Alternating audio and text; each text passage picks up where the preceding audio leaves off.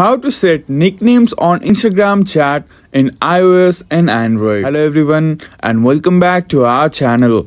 Today I'm going to show you how to set nicknames on Instagram chat for both iOS and Android. It's super easy and a fun way to personalize your conversations. So let's get started. First, open Instagram app and go to your direct messages by tapping the paper plane icon in the top right corner. Now, select the chat where you want to set a nickname. Once you're inside the chat, tap on the profile name or the eye icon in the top right corner to open the chat settings. Here, you'll see an option called nicknames.